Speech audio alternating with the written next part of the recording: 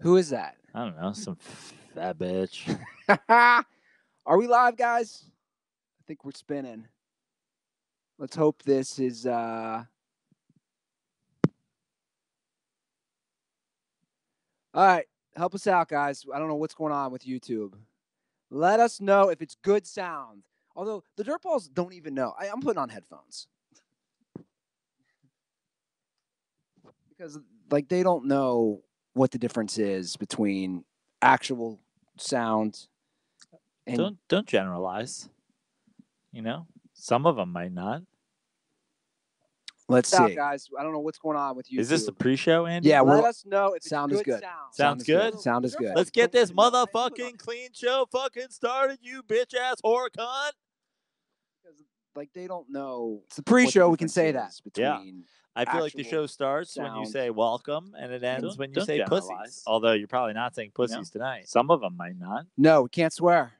Pussies is definitely a swear. I don't know what's going on with you. Is this a pre-show? Yeah, Walton would be very proud of us. Sounds good. Sound is good. Let's get this motherfucking clean show fucking started, you bitch ass whore cunt. Throw down the show without swearing, you fucking cunt. It's the pre-show. We can say that. Yeah. I feel like the show starts. How long can we go? When you say pussies. You think we can go the whole episode? I think I will. Some of them. I think you'll probably swear. snap at some point. Let's see. I don't know what's going on with you. Is this a pre-show? Yeah, Walton would be very proud of us. Sounds good. Sound is good. Let's get this motherfucking clean show fucking. Are you guys good with sound? Are we good with sound? I think it looks good. Prano, talk to me. Let's do it. You ready? Fuck yeah, born ready. Oh. Came out my fucking mom's pussy ready to fuck this shit up. Bitches, cocksuckers. You guys shouldn't be able to hear it now. The delayed overlay. I turned my computer off. Hold on. One last thing. Do we have that delayed overlay? No, that's because you had your computer on, you dumb cunt cocksucker. Yeah, I know. To listen to this, I had to. Well, you should have turned it down on the Zoom when you did it. It had nothing to do with the Zoom. Are you following? I had to listen. Yeah, you had to listen through your headphones, but it's only going on to the actual audio because it's running through the Zoom. So no more delay, right, fam? Okay, cool. All righty. Woo, woo, woo. Get those fucking cocksucking motherfucking cunt swear words out. Bitch asses. All right. Let's fucking do it. We got the Lakers on in the background. And I'm ready. Joe, are you ready? Yeah, let me just say before we go, because I'm going to definitely want to say it at some point during the show, but Bill O'Brien's a fucking boob. All right, good. Got one fucking Bill O'Brien's a fucking boob out. Now, can we say boob when we go live? I mean, you can say boob. You can't say fucking boob. Okay. All right. Let's do it. You ready, Prano? Mm-hmm. Now, before we go live, hold on real quick. There might be some swearing in the callers. That's okay, right? That's not us swearing. Yeah, that's not us. Okay. Anyway. All right, Rich, I hope you're watching, buddy. It's all Rich. Rich's idea, money. What's Rich's last name? Montantamini? Yeah. Montamini. Is it Montamini? I don't know. Maybe. Yeah, Montamini? God, that was a terrible pronunciation. Montantamini? Montanami? Montamini.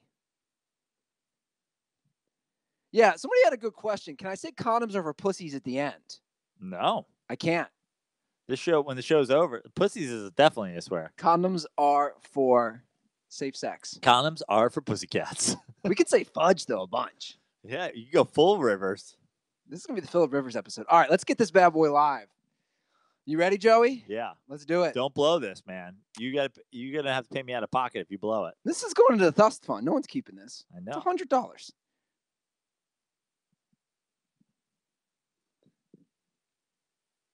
Welcome to the Dirty Sports Podcast. I am Andy Ruther, coming to you live from the Smut Studio in lovely Venice Beach, California, with my co-host, Joey No Chill Prano. Hello, Andrew Ruther. No swearing. That's the deal with the episode. No swearing. We were asked to do a clean show. In comedy, you're often asked to do clean. Can you work clean? This is corporate Dirty Sports Tonight. Which, by the way, is kind of ambiguous. when you're asked to work clean? In comedy, I think. I mean, it means don't swear, don't talk about sex, Sure. don't be blue. But even talking about sex and innuendo, where's that line of clean and dirty? I did a show. I did one of those frat boys shows once. This really seems like a bad way to get this show started. Just start towing the line. No, I'm just asking. I did a show once at a college, and the contract said radio friendly, which to me is very ambiguous. Yeah, unless you've ever worked in radio, and then it's understood. Can't talk about things penetrating other things. It's almost like I'm trying to get us to swear. Yeah. Out the gate. I don't know why you'd be doing that. It's supposed to be the clean episode. Little devil's advocate. That's not how you use that. Isn't that how you use it? Not really. Poking the bear? When in Rome. Tomato? Sure. You got a fresh cut today, Brano. I didn't. I got it a couple days ago, but thanks for noticing. You didn't have it Monday, though.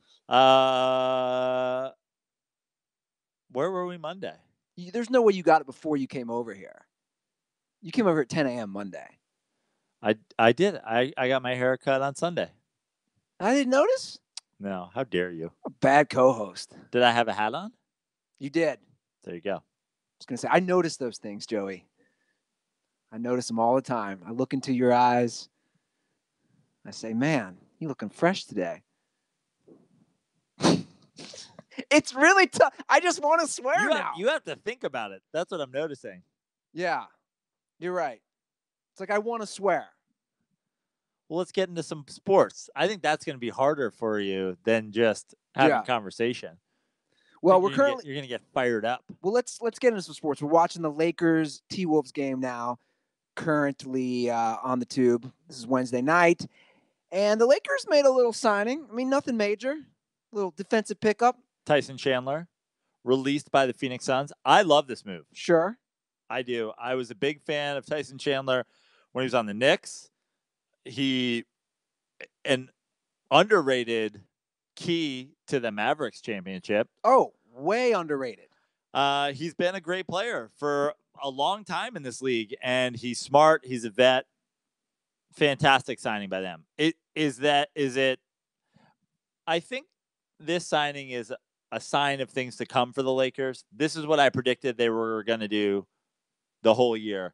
Guys like Tyson Chandler, if they become available via getting released, if they become available via trade, will gravitate toward LeBron and the Los Angeles Lakers.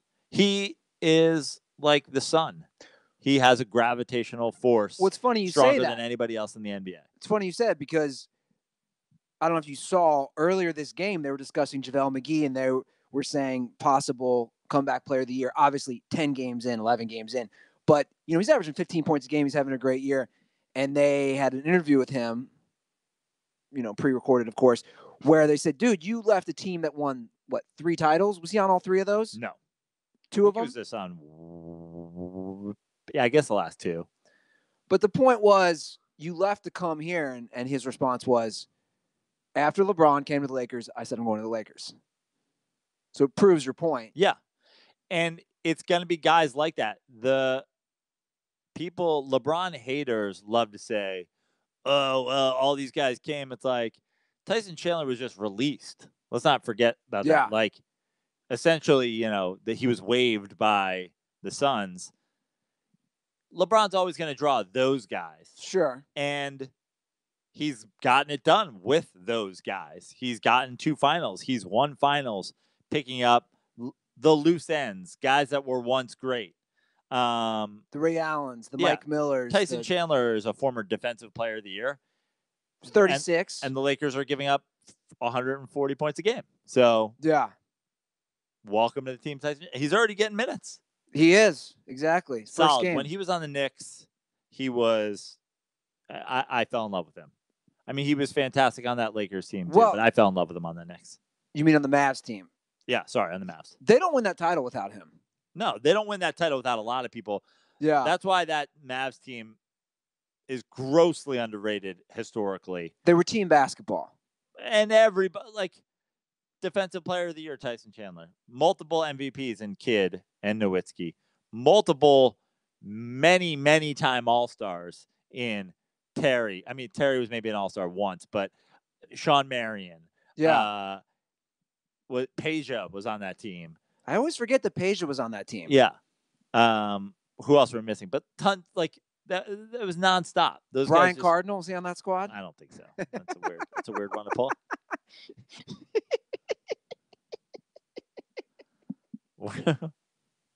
Why Brian Cardinal? He played for the Mavs. He's the epitome of like Finley. Is Finley there? No, Finley wasn't there anymore. But Chuck Person? Was Person on the squad? You know, I'm gonna look it up. I think Cardinal might have been on that squad. I mean, he didn't play, that's for sure. Yeah, but that's not the point. Brian Cardinal, how many years do you think he lasted in the NBA? 9. 9? Bro, he played from 2000 to 2012. So 12 years. Yeah. What year did they win it? 11? Yeah, he was on that squad. Wow, look at you. Brian Cardinal. Would this be the 2010, 2011, or 2011, 2012? 2010, 2011. Yeah. He started 4 games. Not that that's much. He started 4 out of 82 games. Brian Cardinal. Unbelievable. You're right, though. That is an underrated squad. I do want to bring up, now that we're talking Lakers already, this Luke Walton business. Are these rumors? Are these, they're saying Magic has now got him on a short leash. I think these are rumors. Why is Magic? I guess the question is, who are we making a move to? If you're the LeBron, Magic, brain trust, yeah, right? We can agree those two people are running the Lakers. LeBron and Magic Johnson. Well, I want to ask something about Magic Johnson. What is Magic doing at this point? Is he, he's all Dodgers now? He's Lakers, bro. Who are you running? Well, he's an owner of the Dodgers. He's the president of basketball operations for the Lakers. But I would think he's okay. He doesn't have any say in what the Dodgers do from a roster standpoint. Why would he? I don't know, man. Do you think they're like, hey, Magic, who do you like? And he's like, Manny Machado, really good. Heard he's an all-star. Like, good call, Magic. You never know. No, I do know. I can't imagine Magic Johnson has any say whatsoever from a baseball standpoint. You just missed an amazing dunk, not to change the subject. So if you're sitting there and you're Magic and you're LeBron, the question that you have to be asking each other is, who do we replace Luke Walton with? Jason Kidd? Is that the answer?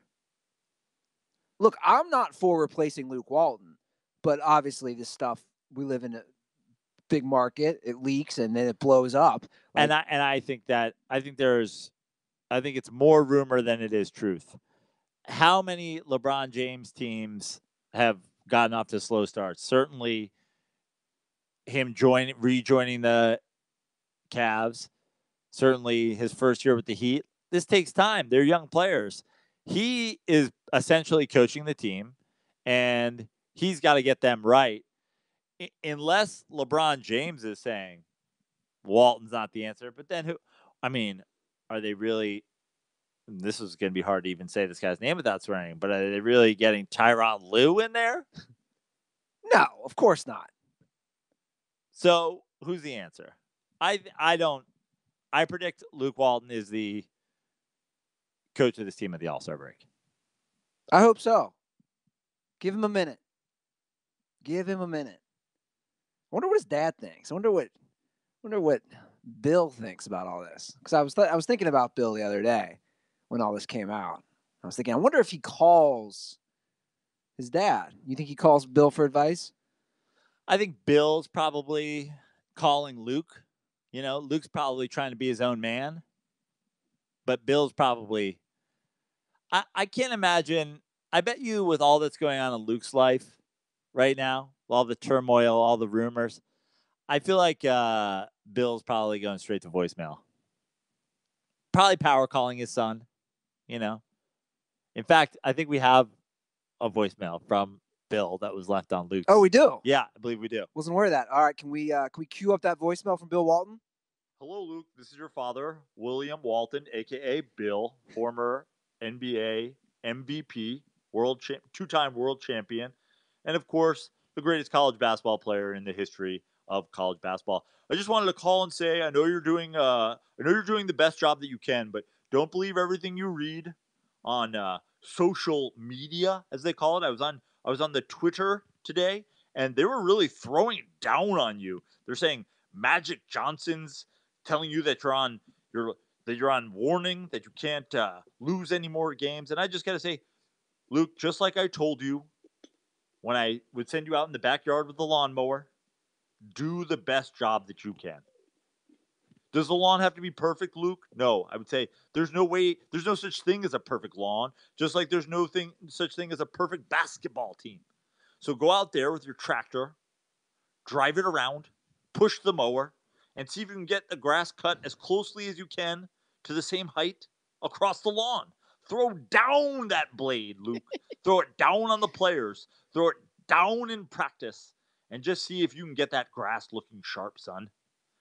Again, this is your father, Bill Walton, calling. I know maybe there was some mixed metaphors in there about lawns and basketball, but I think you get the point. Your father, Bill Walton, signing off. Mow that lawn, Luke. Mow that lawn down. I already feel better about the Lakers. Right? The Lakers are a lawn that needs mowing. It was an unkempt lawn. Is it unkept or unkempt? Both. Right? You see those lawns sometimes? Yeah. They just need someone to come and take care of it and to nurture it. The idea that each blade of grass is going to be the same height is nonsense. Yes, it's ridiculous. Just got to do the best job you can. Make it look decent. That's right. Clean it up, Luke.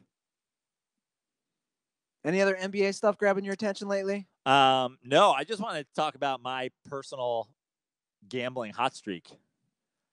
I feel like the Nuggets. Yeah, I feel like I might be some sort of Nuggets super fan. I really enjoy watching the Nuggets. They're a fun team. I have bet, this is a true story. So the first couple games of the year, I wasn't on my betting kick yet. Just gonna watch the NBA. I've bet every Nuggets game of the year, except for I think the first 2 or 3.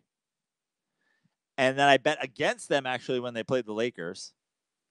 I bet the Lakers money line because I thought, Nuggets started too hot. Lakers started too slow. This is a trap. Yes. And then because they so gloriously covered the other night against the Celtics, which is a story I do want to talk about. Jamal Murray's 48. And Kyrie throwing the ball into the stands. I'm not sure if you saw that. I saw it all. But I said tonight, Memphis, trap game. And I believe they even lost the game. They were favored by 3. Up until that point, I believe was their record 9-1, and they were 9-1 against the spread. The only game they didn't cover so far this year was the Lakers loss, and then tonight. The Nuggets are a gold mine. And gold mine. Not to mention, they're going to keep flying under the radar all season. I think so. Low key, my favorite story, maybe in the NBA in the last 15 years, behind Linsanity, that Jokic might one day have his number retired by the Nuggets, and his 15 will be retired instead of Carmelo Anthony's. How great is that? 15 might be retired by the Nuggets one day, and it won't be Carmelo Anthony. Try to get me to say Carmelo Anthony again without swearing. Good luck. But how about Kyrie Irving throwing the ball in the stands? So what fill me in. I knew it was a story. What exactly did he do? Jamal Murray went for 48. And he was mad that he was trying to get 50?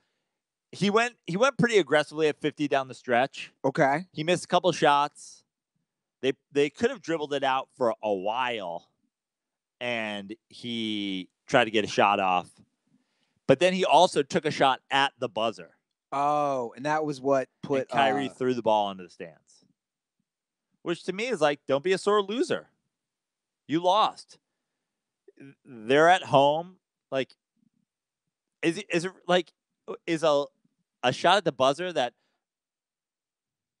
does it really matter? We're not talking about pimping a home run in baseball. We're not talking about, like, you got worked. Take your L. This dude, is that the way you want to get 50? I don't think so. But that's his first 48-point game. Is it his first 40-point game in his career? Like, let the man have his 50. Who cares? If he makes that shot, how did it hurt you? By the way, they already covered. So I feel like that's what gets players more butthurt now more than ever is the last second. I think rump hurt is safer in this situation. You can say butt. I can say butt. It's not one of the non-swear words. No, but you know what I'm saying? Like it is one of the non-swear words. Oh, you know what I meant. I do. I'm just trying to get you off your game. Dude, doesn't take much. Anyway, don't bring that up because then I'm going to swear. Once you say that, it's like in my head now. Man, I was feeling all good today after seeing Dr. Schechter. Yeah. Quick plug for that, guys. Joe has been preaching about Sarno. I saw his protege today, and it's on the new Dent Report. You ignored me for so long. I just think I didn't listen. I know. That's the definition of ignore. I know, but I don't even know. It was ignoring, but I think it was also just in one ear, out the other. Like, yeah, whatever. And now your life's changed. Bro, I want you to meet him. I want to go down there. Would you say this guy is like the Cincinnati Bengals owner of doctors? Why would you call him that? I don't know. I'm just trying to set you off. Oh, I was gonna say what? No, he's like I said, he's our boy Sarno's protege, and he worked forever in the sports world too, and then he worked at USC. He's dealt with a lot of athletes, professional athletes. So I had to ask him about Tiger. And, he's a doctor, of course, so he's going to say things appropriately and say, look, I haven't seen him because not only I haven't seen his charts, I haven't seen his x-rays. So I haven't seen these, but he goes, man, the way you laid it out, like I laid everything out on the podcast. And he goes, the way you laid it out does sound like Tiger is a very good possible candidate for TMS. A classic case, if you will. Yeah. I've been saying this for years. Yeah, so you guys should check that out on the Dent Report. And that's what I'm thinking. Like, he'd be good. He'd even be good on our show. Maybe occasionally call in. He's got a lovely little office down there. And the best part is, and I'll just give him a free plug. I was doing my ad read for Harry's. He goes, I love Harry's. Then after the show, he goes, I could not stop laughing. He was telling his other friend who was there, he goes, he goes, it's German, 5-blade engineer. And I go, did you read my, he goes, no, I already knew that. He should be a spokesperson. Oh, there's your boy, Luke. Doesn't look super happy, even though they're winning. I still have faith in him. I do. I mean, what gives you faith in him, though?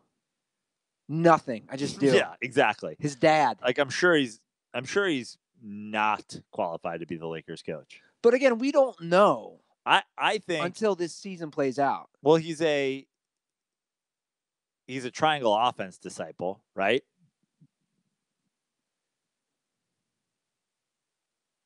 And then he was a Kerr assistant.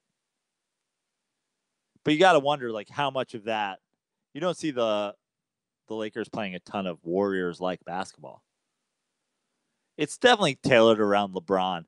I think the reason he's maybe best suited to be the Lakers coach right now, as opposed to, unless you can go out and get somebody who's fantastic, who we all know is a great coach, is just consistency. Just the not turmoil of a new coach and firing somebody in the middle of the season and all the headlines that goes with that. It's the same way as the Odell Beckham thing. It's like, it would be different. It was different when it was LeBron James and the Cleveland Cavaliers. I realize every team LeBron James on is a marquee team, but it's completely different when it's Los Angeles versus Cleveland. The same way as Antonio Brown and the Steelers are a marquee. The Steelers are a marquee NFL team, but it's a completely different story when a guy in Pittsburgh is doing something versus when a guy in New York is doing something. The Lakers should keep Luke Walton because LA and the sports world will go crazy when they fire him, if they fire him. And so until they are forced to do so, I think they should stick with him. What about, as we watch the T-Wolves in this game, Jimmy Butler? Yeah. He still wants out, right? Like, how? It's just wild. How long is this thing going to play out? But he's playing very well. Yeah. Him personally, none of this is affecting his game. Right. And he's kind of said that from the beginning. There it is, by the way. Right. Holy cow, I had no clue. The Cavs started 19-20 when he came back the second time. Yeah. 19-20. And they went to the NBA Finals. After 40 games. That is a very telling stat. I don't know, though, man. I think back to the Jimmy Butler thing real quick. I just don't know how long this can go on. But I've been saying this now for months. Well, it doesn't seem like anybody's desperately pursuing him. Who's the cuck in this situation? Can I say cuck? Yeah, cuckold is not a swear. Who's the cuck in this situation? Is it Thibodeau? Is it the T-Wolves owner? Is it Wiggins? Ooh, that's a good one. Right? Who is the cuck? He's sort of cucking the other star, aka star players on his team. Well, he would also be cucking Karl Anthony Towns. Yeah, the Wiggins, the Karl Anthony Towns.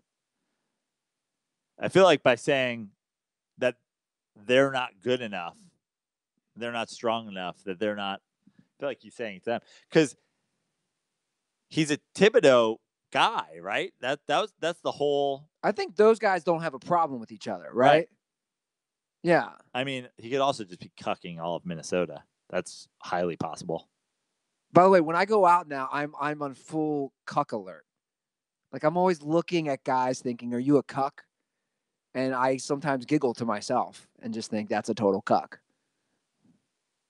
Did you like find a word that you feel like kind of giddy saying, and now you're like locked into this? Oh yeah. I had a really good laugh out loud today. Have you ever had I had one of the best laugh out louds by myself today watching that Trump press conference with Acosta? Yeah.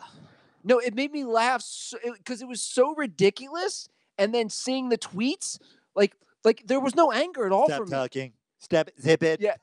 Bye-bye. And bye. He turned into a cartoon. That's what I'm saying. It was so funny. Okay. You talked. Prino, was it okay? Did you feel good talking? Please take his microphone. It was so funny to me. And then I started laughing even more when I started reading the tweets. It's a fake mic. It's fake news. You're a fake person. You're not real. You're a figment of my imagination. Please leave. You're drop dead Fred. Like a lot of times I read the tweets and I get annoyed. Yeah. But today it just made me laugh. He's ridiculous. But he's funny. I mean, he's embarrassing. That's hard to watch. Today was funny. But you weren't laughing with him. You were laughing at him. Of course I'm laughing at him. Yeah. Like it's not fun to watch. Like, you're like, he's embarrassing our country. I'm embarrassing the whole country. It's great. It's fake news. You're like, what is happening? Then that cute girl came over, tried to take the mic. Yeah. But hold on. What's her life like? I responded to somebody's tweet tonight saying, I've never seen such a more embarrassing moment of our country.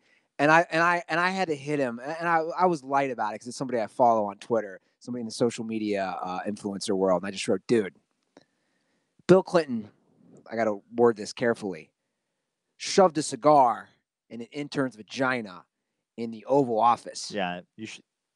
Hold on. That's not breaking the rule. And then I also hold on. You can't say that on the radio. But we're not radio. It's the big 7 letters. That's fine. And then also, you know what made me laugh? When you watch Private Parts, you can say. Do you want me to read? I'm just saying, if we're gonna do this, I know we're doing it about good. Shoving things. No, this is what he said. Well, I can't repeat the words he said. Any of the 7 words on George Carlin's list of words you can't say on TV. I'm allowed to say that on TV. Anyway, you know what made me laugh the most about the presidency is that I don't know why it's so, again, made me laugh today. The thought of the Kennedy brothers being Eskimo brothers at the same time with Marilyn Monroe. Like, how ridiculous is that? I mean, they didn't actually double team her. We don't know. One, I don't know if they double teamed her, but even if they didn't, tell me that is not hilarious. Why is nobody ever talking about this? That JFK and Robert Kennedy were Involved. You saw me hesitate. Yeah, I saw you freak out with the same woman. I saw you stroke out there for a second. That's full stroke Voldemort. Isn't that hilarious? Am I the only one who finds this so funny? My point is, like, what Trump does today is pretty ridiculous. Did you get, like, a News of the 60s book today? Did you go to the library and start looking at things on microfiche? Looking at the New York Post from the early 60s? No, but they didn't talk about it. That's the point. It was never talked about. Let's talk about this. Let's talk about Eskimo brothers. I'm not an Eskimo. Well, we both have siblings. We both have brothers. Yeah. To my knowledge, I'm not an Eskimo brother with one of my real brothers. That would be weird. Like full on, like all the way around the bases? Yes. Are you full-fledged Eskimo brothers with either of your brothers? I mean, I hope I'm not with John. I hope you're not either. I don't. I'm 99.99999% sure I'm not. Mikey and I hooked up with the same girl. That's interesting to me. Yeah, not like years apart. Who first? Him. I wonder if Mikey knows this. I think he's not finding out right now. Speaking of swearing, he's swearing like a sailor right now. Yeah. I think we have covered this already. Well, if you're in the comment section, leave a comment if you are an Eskimo brother with your actual brother. In the meantime, Joe, I just want to say we are both rocking Flag and Anthem, looking pretty fresh tonight. Thanks. Yeah, you're looking good. Look at you. You got khakis on. I busted out the khakis to meet Dr. Schechter. I don't wear the chinos that much. I also did not tell him I'm wearing my I'm not a gynecologist, but I'll take a look socks. I thought that was pretty funny to see a doctor. And I'm also wearing it's so soft. A little Flag and Anthem V-neck. Yeah, I got Flag and Anthem palm tree graphic tee with my striped hoodie over it. When did you get that? That's like an old school hoodie. No, the hoodie? Yeah. Yeah. The hoodies, I definitely got it like last year this time. Maybe this might have been my first hoodie I got from them. Well, DirtBalls, you guys can take advantage of our great offer that we have with Flag and Anthem and look just as good. Just go to flagandanthem.com and drop promo code DIRTY at checkout. That gives you 25% off your first order. It's a fudging incredible deal. Yeah, it's fudging amazing. Tell you what, you will totally do lots of fudging if you get that Flag and Anthem gear. I got some great stuff. You put in a great order too. I got a quilted jacket coming. I got a fleece. I'm gearing up for the winter. Nice. Yeah. Did you go with that white fleece? I went with the navy. I love the blue. I almost pulled the trigger on that white fleece. I might have missed it. Yeah. It's a good look. Well, guys, check all those great clothes out at flagandanthem.com. Drop promo code DIRTY to get 25% off your first order. Has your brother fudged the girl that you want to fudge? Get yourself some Flag and Anthem and be Eskimo fudgers. Man, you're really, really towing that little line there. Towing that fudging line. Did you watch any Duke game last night? I did not. I did not watch any college basketball. I did see some highlights. Zion Williamson. Williamson? Yeah. Zion Williamson. Looks like a beast. I received a text probably a few minutes in the game from our boy Brady Matthews. He said, "You watching this game, man?" Oh, he was all about it? He was all about it. And I was leaving. And I said, "No, I'm not." But he's like, "Dude, you got to watch highlights. You got to check this game out." They blew him out, right? Or what was the final? They were up by 30 plus. Yeah. At one point. I saw a stat. Duke's 3 top freshmen outscore Kentucky's entire team. Yeah. Great. Did you see what Kerr said today? Steve Kerr? No. He said, "I thought there was only going to be one LeBron." You want me to pull up his actual quote? So I don't. That's a I don't.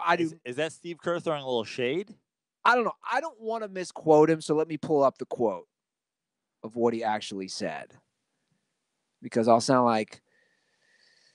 Let's see what he said. I mean, I know it's not shade to say like to compare somebody to LeBron, but like this is what he said. We're one game in. This is This is about Zion Williamson. I thought LeBron was a one-shot deal, but apparently the next guy's coming. So he's like LeBron's build, 275, can dribble, can pass. Yeah. Can score, obviously. Great. But hope the Knicks tank. Guys, I mean, who knows?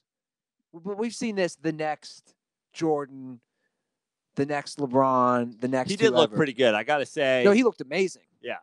I got to say, I saw highlights. He's quick. He's big. He's lefty. I like that. I think he was 1 for 1 from 3. But when he made it, I saw the highlight of that. Looks pretty nice. Looks like he's got a jump shot. Yeah, I do look forward to watching them. Simply for that. And it also makes me wonder. Who's the worst team in basketball right now? Like, who would have them if they picked today? I mean, obviously it's a lottery, but still. Cleveland? True. That's hilarious. Dude, imagine if Cleveland got like LeBron and then they got the next closest thing to LeBron. Yeah. That'd be the most Cavs thing ever to do. Well, they'd get the pick and then they just wouldn't take him, right? They'd be like, you know what? We're going to take Anthony Bennett again. We'd like to draft him again. They're like, but he wasn't very good. That's fake news. He was good. He was great. So great. You should draft him twice. Who else? Who are the really bad teams? I mean, the Knicks are 4-8, so they're not. Yeah, but great. that's not bottom feeders. There's. I gotta imagine the Suns. Cleveland's 1-10. Washington's 2-8. Chicago's 3-9. Atlanta's 3-8. Phoenix is 2-8. Dallas is 3-8. Why does Washington stink so badly? Because it's more mental. Well, first of all, Scotty Brooks. How long have I been on the Scotty Brooks as a dumpster fire train? Is Scotty Brooks the NBA version of Bill O'Brien? No, he's not that bad. He's pretty bad. Scotty Brooks is the NBA version of Jason Garrett.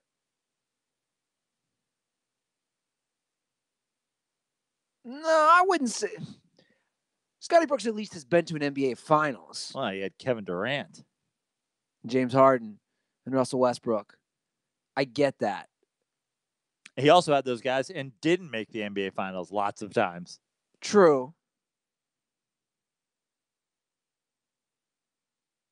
Marvin Lewis, maybe? I mean, Marvin's had a lot of talent. Yeah, but Jason, like, why is that much better than Jason Garrett? Because he made the playoffs a couple times? Yeah, good point. I mean, Jason Garrett, let's not forget, I know that it's the Dak Prescott, Elliott days, but how about Witten, Romo, Dez? How about when they had crazy weapons? And the 1 year are you talking about the Packers year? Sure. I think they went 12-4. There's the year in 2007. I think they went 13-3. I don't think Garrett was coaching them. No, I think that was Wade Phillips. Okay. But yeah, that was another Cowboys disaster. You want to move on to NBA? Or I'm sorry, NFL? Sure. We're already talking it. Why don't we discuss the Cowboys? They got blown out at home. I mean, they didn't get blown out, but yeah, they lost by 2 touchdowns. I know. Cowboys aren't good. I've said that from day one. And I said that their blowout against the Giants was nonsense. They have 3 wins right now, correct? 3-5, correct. I think I predicted 4 wins. I'm not ready to give up on that.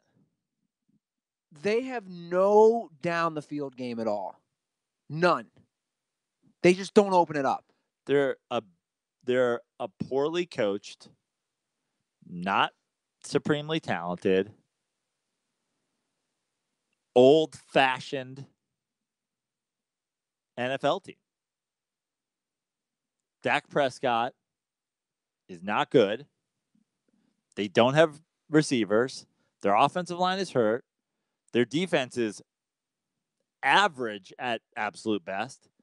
And Jason Garrett is a complete and total. I mean, he's got to be the dumbest guy that ever went to Princeton, right?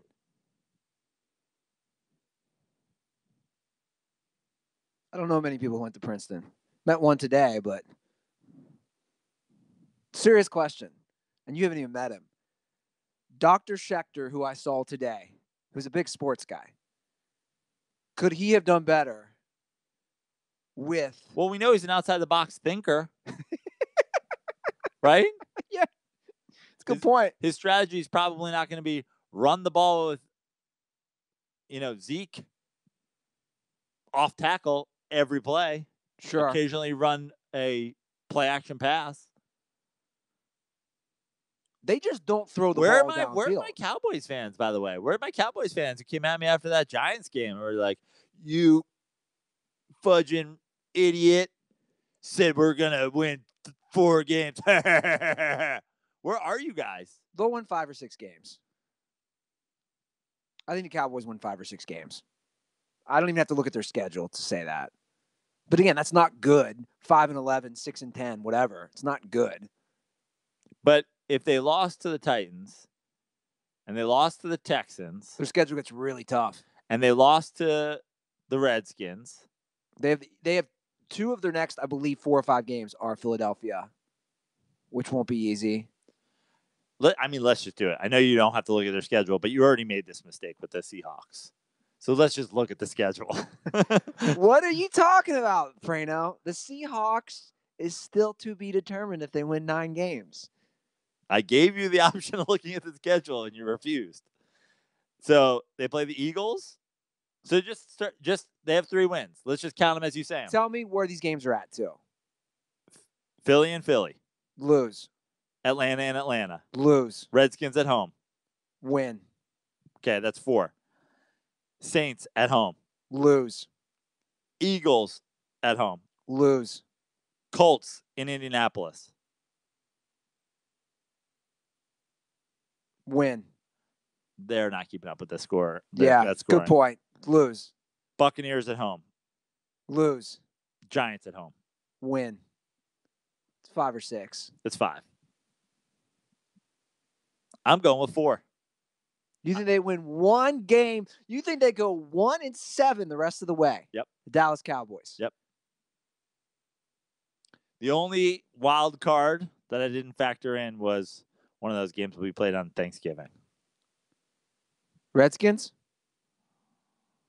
They have a lot of primetime games. Redskins on Thanksgiving. Actually makes me think they do lose that game. They play the Eagles, I believe. Sunday night. Yeah. Guys, the Cowboys have not – stop shoving this primetime games down our throat. They're not fun to watch. They really aren't. I mean, you talk about checkdowns. Dak is like the king of those. He won't throw the ball downfield. They don't trust him to. They've never trusted him to. I mean, as a Giants fan, that was where I knew the Eli Manning era was over, was when he became a checkdown guy. He was never a checkdown guy. He's a throw it in the middle of everybody guy. Loved it. Loved Cowboy Eli. But you're never going to let him ever.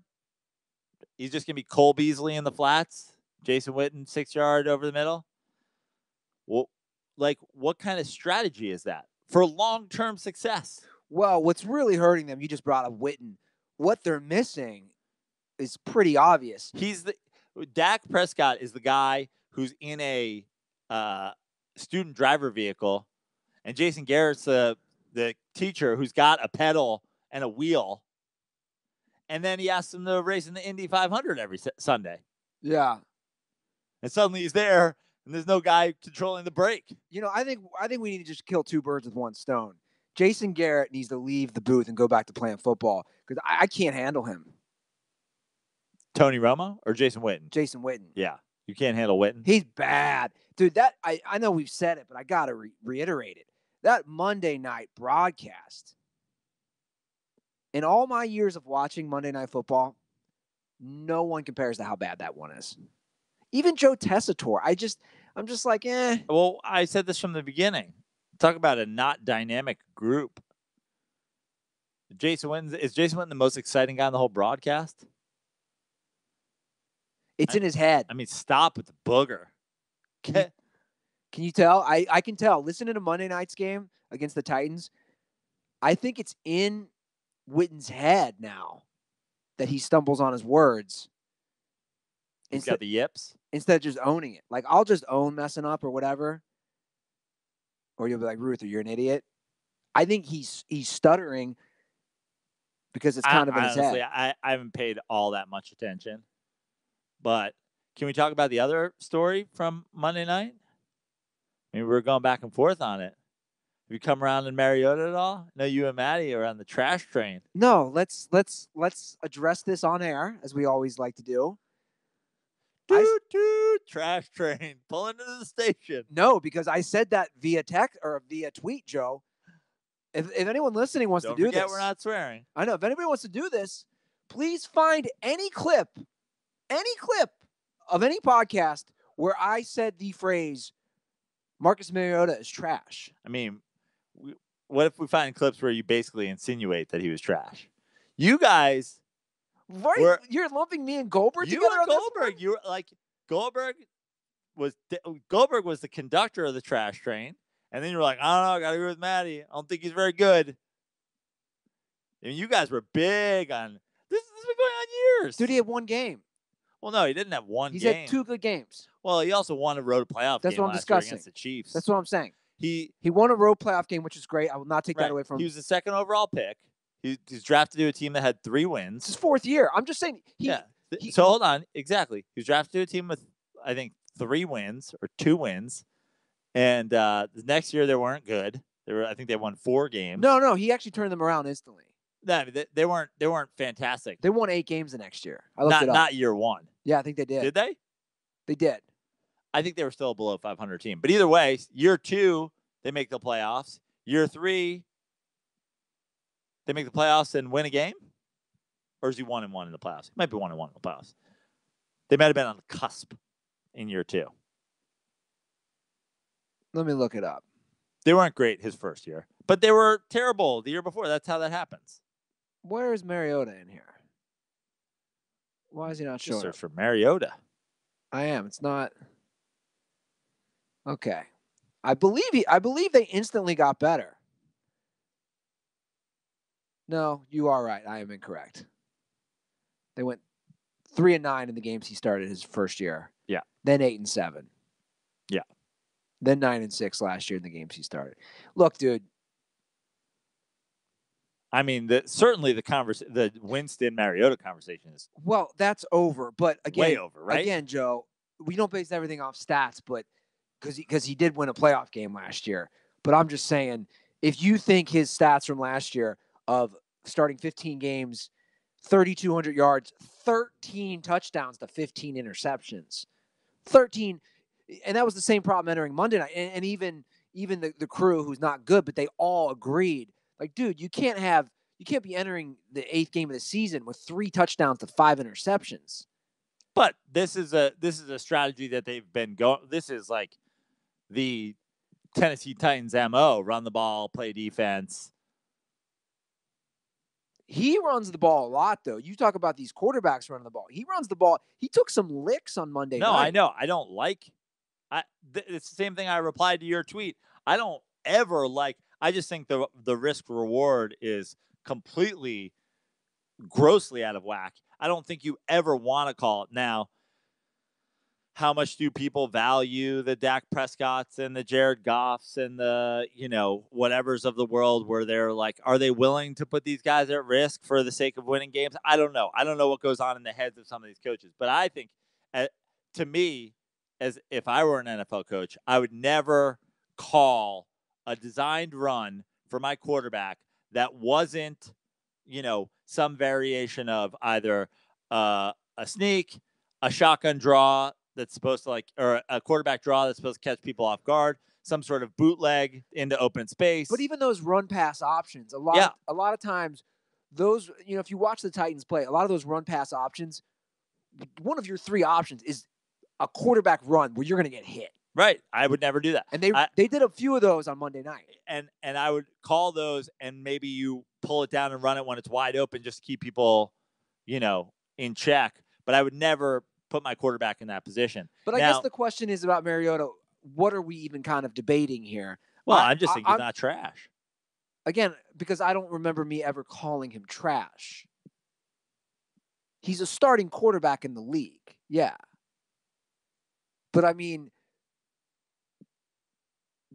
where's he at? That's all I'm saying. This is one of those where, I mean, he's winning Monday Night Football games in Dallas. He's winning playoff games on the road in Arrowhead. He's, I mean, Russell Wilson does those things, and you're like, garbage. No, yeah, absolutely. Look, I'm not saying Marcus Mariota is a top 5 quarterback in the NFL, and if I do, put a bullet in my head. He's not a top 10 either. No, I'm not saying he is. Is he even a top 15? Probably not, but I'm just saying he's not trash. So then we're agreeing, because I never called him trash. No. We've basically agreed where his place is in the NFL. In fact, actually, let me pose this question. But again, this is where you're probably a good quarterback. Well, again, we get into the semantics with that word, but let me ask you this. I think this is an interesting discussion if we're going to talk Mariota and that division. Who would you rather have? Gun to your head right now, Joe Prano, if I said on your team this year and moving forward, Andrew Luck, Deshaun Watson, or Marcus Mariota? Well, let's mention that there is a fourth quarterback in the division who went to the AFC Championship game last year. We're not going to mention him. Okay. So, I mean, Andrew Luck, you got to consider the health factor. Sure. Deshaun Watson, I would take a healthy Andrew Luck first. Okay, so we agree. And then I think it's an interesting discussion for anybody. Look, are you taking Watson or Mariota? Honestly, similar quarterbacks? Not really. I think Watson has a better arm, right? Yeah, better arm, probably more athletic, but also you have to consider everything in the situation, right? Yeah. Like, would Marcus Mariota be throwing for a bunch of yards if he just had Bill O'Brien going like, I don't know, do whatever you want? Yeah. And how would you? I'd probably take Watson, but that's a pretty good group. So we pretty much agree there. Yeah. Because I'm with you on all those. If Luck's healthy, and this year he looks pretty healthy, he's having a very good year statistically. I like Watson a lot. I take the L on that. I thought he was going to be a bust, but I've learned that was more of my hatred for Dabo because Dabo said he was a sure thing. But that's a pretty strong division with some young guys. Would he be the 5th best quarterback in the NFC South? Probably. Would he be the 2nd best quarterback in the NFC East? Would you take Mariota over Alex Smith, Dak, and Washed Eli? Would you take Mariota over? How about this? Hold on. I'm confused. He's the 3rd in the AFC South. NFC South, I said. Would he be the 5th best starter in the NFC South? Oh, in the NFC South. Right? We're just talking about divisions. Serious question. Flip Jared Goff and Marcus Mariota. Does that team change at all? Do they get it? Honestly, Jared Goff, Marcus Mariota. I think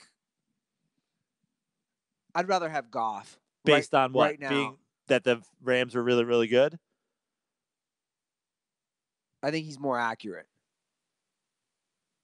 You were just talking about Jared Goff's inaccuracies. I was. I was talking about throws that he misses. I was. But Mariota has a very low completion percentage.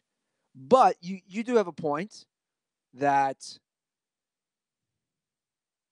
maybe it's because, his team. And let me look up. Am I right on Mariota, or am I just making things up as far as completion percentage? No, it's not that low. I stand. He doesn't throw the ball a ton. Yeah, I stand corrected. I'm wrong on that. It's about 67% this year. So I'm wrong. I don't know. It's a good question. I still don't know personally how I feel about Goff. To me, it's the playoffs. Like, But and that's my point. There are people you could take. I'm not ready to say Goff MVP. Right, but you could take people. numbers in a vacuum and the way his team is, and you could make that argument. You could certainly make that argument, right? You could go to a courtroom with a briefcase full of facts and make an argument that Jared Goff should be the MVP. Sure. You can make it. And I'm just saying, if you swapped out Mariota and Goff, did you get worse? Did you maybe get a little bit better? Like, I don't know. That's why I'm not debating you really on this one. I think it's an interesting question. Yeah. I don't know. You know, because you had the same. Obviously, the Rams completely upgraded the personnel after Sean McVay was hired. But I mean, year one with Fisher, they were calling Goff a bust. Yeah. Not that was right, because it wasn't. But you finally, put the guy with a suitable coach, a guy who isn't a total. Can I say that word? The B word? Boob? Yeah. Yeah, you can say boob. Okay. That wasn't a total boob. Anyway, you want to get to these picks, Prano? Let's do it. I know. I'm excited, man. You're going to be gone. I still. So I have a bet suggestion. Oh, lay it on me. Here's the bet suggestion. In honor of the clean episode, the loser of the pick'em cannot swear while we do football picks for the 4 weeks of the NFL playoffs. And if that person swears at any point during NFL picks of the 4 weeks of the NFL playoffs, they cannot watch the Super Bowl. Yeah. I was choked on this kombucha. Excuse me? So, no way. Hold on. No way. Hold on. Hear me out. First of all, because this has many layers. First of all, I've closed the gap, but I'm still down 7 games in week 10. So you have a 7-game lead, for one. 2. Still 7 weeks left. 4 weeks of one episode each week, and only a portion of that. And you got to remember, while we're doing picks while we're talking NFL picks during that, like week 1, that's, 6 games or whatever. Week 2, it's 4 games, then 2 games. It's really, you can't watch the Super Bowl. I'm going to have to trust you on it. Don't swear. I don't know if I could go without watching the Super Bowl. Then don't lose or swear. Or some combo of the two. What are we doing for Super Bowl anyway? I mean, I'd imagine probably at Goldberg's. Who's running that? What do you mean? You're running it, but you're just in another room now watching the Super Bowl. I love this is all predicated on me losing. I have a 7-game lead. I know. That's why I came up with the bet. I'm already in a hole. I'm mentally strong enough where if I lose, you won't swear. I like when you swear, though. It's good for the show. It's only portions of 4 shows. Just the NFL playoff discussion. Just the picks. Yeah, and if any NFL talk when we go to NFL. Who proposed this idea? This is my. What do you mean? Who proposed it? I came up with it. This was you. I love it. When did this notion hit you? In the shower, where all the good ideas come. Yeah, why is it the shower? Although I get my good ideas now in a foot of water and Epsom salt in the tank. That's where you got to get those ideas, man. Okay, can I let this saturate? I mean, how far into the season are we going to go? Okay. At week 14, if I'm still down 8 games. What am I saying? Okay. So if you swear at all during the 4 weeks of playoffs, the loser can't watch the Super Bowl. Man, dirty sports bets. Okay. Well, how about we'll say this? We have a tentative agreement in place. Let's see what the reaction is. All right. Let's see how people react to this. There's always been, in all the bets and different agreements we've made on the show, there's always been I've seen a nice things get tweaked by Sure. a suggestion of a DirtBall here. Or This isn't the Constitution. Exactly. Even though the Constitution could technically be amended. In fact, it was many times. Exactly. Exactly. Technically, it can be, as it was. That's what I'm saying. That's my point. Okay. Fair enough. Is a bet, my friend. Also, I didn't say you couldn't listen to the Super Bowl. You just can't watch it. I love the idea of you sitting at Goldberg's with a blindfold on. I love that you think Goldberg's doing a shindig. Why not? I don't know. I think things Are went we banned because the Mariota's trash train derailed somewhere outside of Dallas? No, not because of that. Just I'd be running the show there, I think. What do you mean you'd be running the show? What's he got to do? Order pizza? Make sure everything's cleaned up. I mean, we'll get, what we should get since his lady left him high and dry. We should get some of those naughty maids. Hey, some girls are over here with their tops off, cleaning my place. What's happening? The topless maid services you see all over LA. Yeah. Send them over to Goldberg's day of. We get over there a little early. You'll be able to watch that. You'll just have to be blindfolded for the game. I do like the idea of getting him topless maids. Yeah. I love the idea of him proposing to one of those maids while she's there. My girlfriend left me. I want to marry you. You can live here in the basement with us for years. Don't tell my sister you're a naughty maid. And keep your top on while we're in the hot tub. Oh, look, Maddie, where you at, man? You got to come back on the show. I said he should do it on Sunday night or Monday because I'll be up in the Bay. Okay, I'll reach out to him.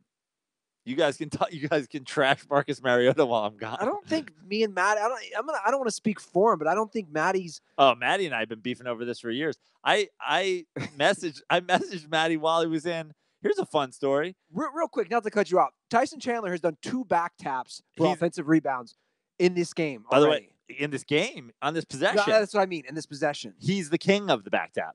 He made the back tap an art form. He's the Picasso of the back tap. He's a legend. It should just be called Tyson Chandlering. I mean, look at this. This is a brilliant NBA play. Yeah.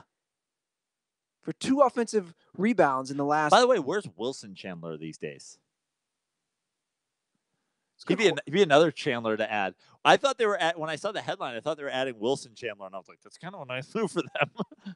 I love how I misread it, and I just thought Chandler Parr. I know. Chandler. I love that you think people are referring to guys by their first name. I don't know, man. I had a moment. Okay. Anyway, you want to get to these games finally? Yeah, let's do it. All right, Prano. Let's see what we got. Wilson Chandler is an American professional basketball player for the Philadelphia 76ers. Wow. Was he in China and came back? That's amazing. Oh, no. You know who's tearing up China right now? That was during the lockout. You know who's tearing up China, who they said on the air? Mo Spates.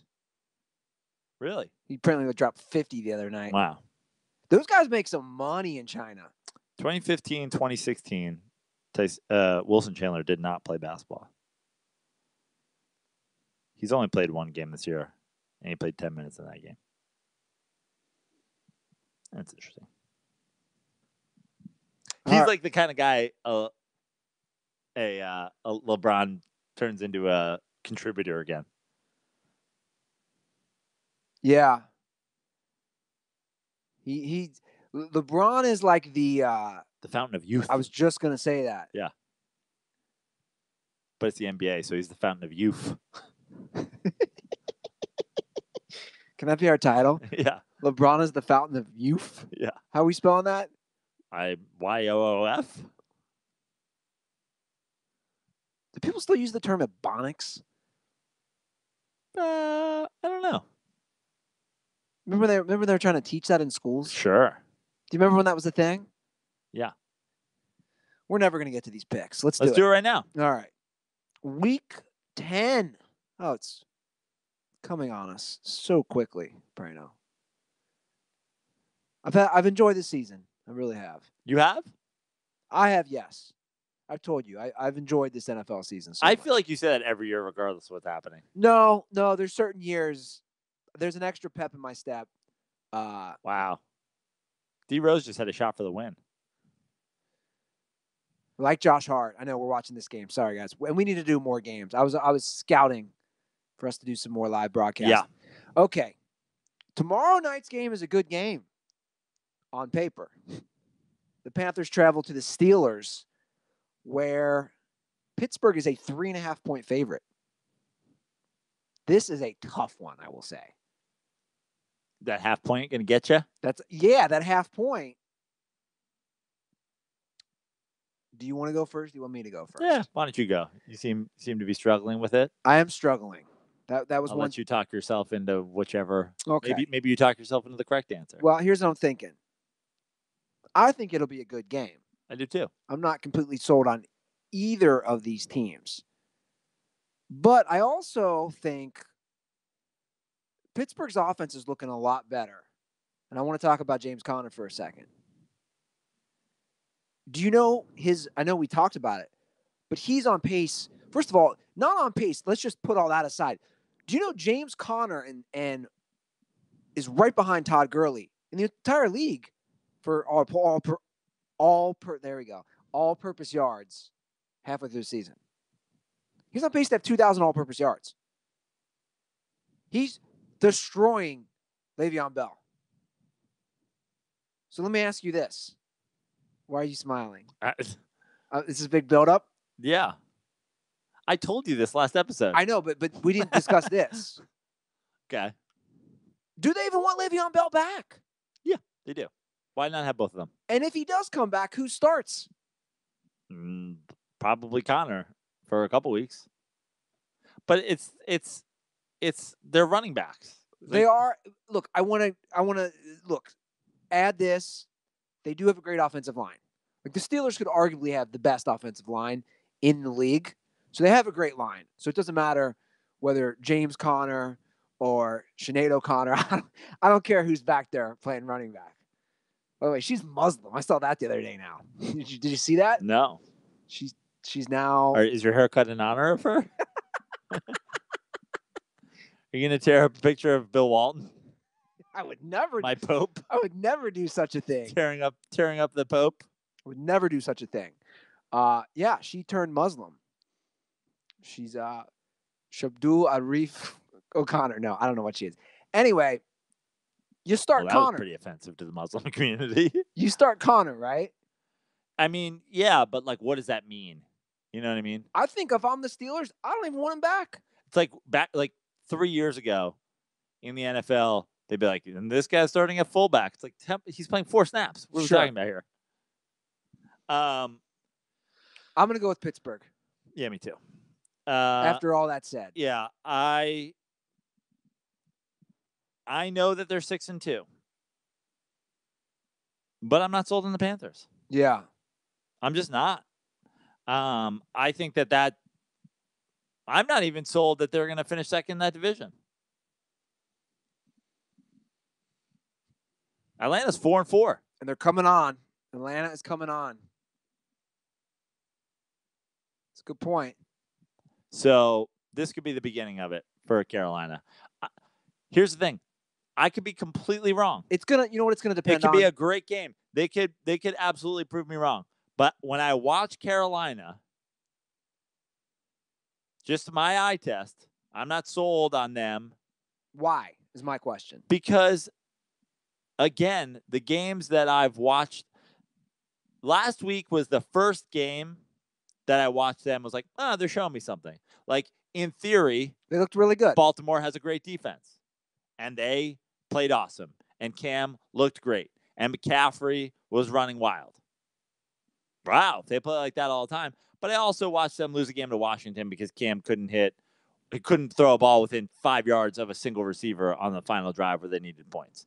In the end, the league, and this is my problem with the league this year, there is a divide between the really good teams and then there's really bad teams. And in the middle, it's questionable. And I think the middle is going to get sorted out, and we're going to figure out which side of the line some of those teams are on. I'm not saying Carolina's a bad team, but I think that when all the pieces start moving, I think some teams are going to drop and some teams are going to come on.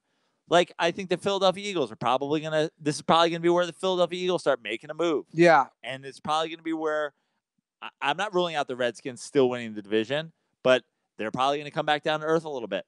Let's see. I'm going with Pittsburgh because I think that they are coming up. Sure. I mean, people had half a nail in the coffin early in the season. Yeah. And I think this is going to be the one where they go, oh, I guess it's official. I guess they're officially back. Well, if Carolina does win on the road in Pittsburgh, goes to 7-2, I think you really do have to take them seriously. Sure. If they win. But for all those reasons, I agree. Pittsburgh's on the come up. Their defense is playing a lot better. They have a lot. Guys, let's not forget. I mean, you talk about weapons. We've talked about Connor, Juju, Brown, not Bell. Brown's leading the NFL in touchdown receptions. So, yeah. All right. The next game is New Orleans at Cincinnati. Is this a letdown game? Considering New Orleans is 5.5-point favorites, I had to look at the weather. I know this time of year, you don't know what you're going to get in the old Midwest. Anywhere from high 30s to low 40s. Doesn't look like any rain or snow. But Breeze, I'm serious. Breeze outside the dome is a different animal. 5.5. A lot of me thinks this could be a letdown game for the Saints. It's a big spread. Yep. So you're going with your Bengals. But, there's one big but here. No A.J. Green. He's hurt. He's been injury prone lately these last few years. He's out for a couple weeks. Not that I don't like some of the other receivers that they have, because I think they have some good guys around him, but I think it's not a letdown game for the Saints. Oh, God, I really do kind of in a way want to bet against them, though. I'll go with the Saints to cover. I'm going with the Bengals. Ooh, damn it. I don't think this is a letdown game. I do think the Saints win. Probably a backdoor cover, but 5.5 road dog. In what world? Like the Bengals. I mean, I know everybody's high on the Saints. Saints busted me up last week. Trust me, I know. I am a believer in the Saints, by the way. Okay. Saints supremely talented. Kamara's a freak. Why am I blanking on the receiver? Also incredible. Michael Thomas. Breeze. The defense just. Can we talk about their newest addition? Dez, not a factor in my thinking at all. Let's just see if was Dez good when he was in the league. I mean, I'm not. I don't know if I like the signing of Dez. I actually don't know if I do either. I think because you had something good going on in New Orleans. Let me put it this way. If Dez was by the way, just this game's on the background. I like it when I see ads for things I saw on Shark Tank. That was M. Taylor. Anyway. What does that mean? What is M. Taylor? It's like a bespoke tailor, like your phone somehow takes measurements of your body like better than a tailor would. It's fact. Like when they showed it on Shark Tank, it was amazing. The guy turned down all of the offers. He turned down the sharks. Mark Cuban's head exploded. No one's gonna leave their house anymore. I just noticed on my update on my phone, you can measure on your phone. Are people measuring to measure their penis? I don't know. That was my first thought. Like, is anybody measuring their penis with their phone? Yeah, Maddie's like, you gotta put it on the ground because I gotta get it from behind my mom. Hey, excuse me, Miss Topless Maid, can you hold this upside down while I do a handstand?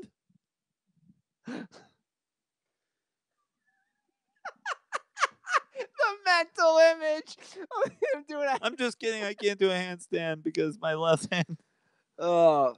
Seriously, I'm gonna reach out. We gotta get Maddie back on Sunday night or Monday. I'm going with the Bengals. Okay. I think I'm not sure I love Dez messing with the chemistry. Yeah, and that's my point. I also just don't. I mean, talk about a game not being a letdown game because I don't think that they're going to lose, but talk about like close game, trying to get Dez involved and blah blah blah. Well, what I was going to say earlier, they're spinning it. At least Dez Camps is spinning it this way, Prano. He didn't sign with anybody because he was waiting to go with a really good team. And I'm going to call BS on that. I think Dez wasn't signed until halfway through the season because nobody wanted him. Yeah. We saw in Hard Knocks, he walked in the Cleveland Browns facility like the beggar on the street you see for change. He was all happy and go lucky. He was tweeting. Let's not forget, guys, go through Dez's tweets. Dez was tweeting at the Patriots, how much he loved to play with Brady. He's tweeting at different teams. So this whole spin of he was waiting for a good team, and now that the Saints are 7-1, I'm not buying it. And I really hope it doesn't mess with the team's chemistry because, the Saints are fun to watch, but I can see it happening. You don't hear Pete from Michael Thomas. He's one of the best receivers in the game. You're going to bring in a guy who has just a cancer? Was he calling Dez? Maybe. All right, Atlanta travels to not Philly, sorry. Atlanta travels to Cleveland, where they are a 4-point favorite. I'm going to take the Falcons. Yeah. Talk about road dogs that I'm not worried about covering. Yeah. I'm not worried about not covering. The Cleveland Browns, come on. And Atlanta's coming on. Julio scored last week. There's too many weapons. Yeah, I'm taking Atlanta. I'm seeing a comment in the YouTube comment section. This has got to be a joke from Cutter. I have to bring it up about the Bengals game. And you can't change your pick, by the way. Okay. Cutter claims Marvin. There's no way this is accurate. Cutter is claiming Marvin Lewis is 3-67 in games against team with a winning record. There's no way. No. There's no way. Although I'd like to see his real stat against teams with a winning record. Although the Bengals, that's not a primetime game. That's one of those 1 o'clock, no one's paying attention, Andy Dalton will play, fine. Okay, so we're both going with the Atlanta Falcons. Moving on, Jacksonville travels to Indy. The Colts are 3-point favorites. Interesting game here, Prano. Yeah. The Jags are they coming off a bye, I believe? I think so, yeah. I'm taking the Colts. I was just going to say I'm taking the Colts. I mean, you're sitting there like dead silent. I'm going to take the Colts. It was, I believe the line opened at 3.5, and I was like, that half point. It's come down to 3, which means people are betting Jacksonville. Are the Colts good? No, but the Colts can score points. Sure. There's no doubt about that, and Jacksonville can't. Yes.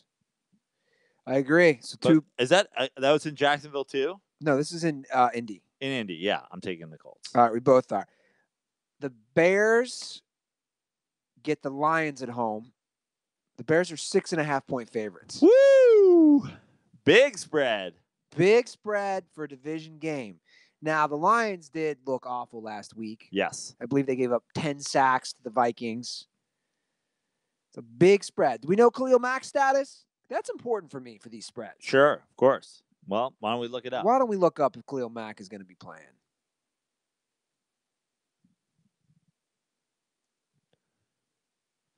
To me, I think this is... Let's go to Pro Football Talk because they seem to be pretty accurate.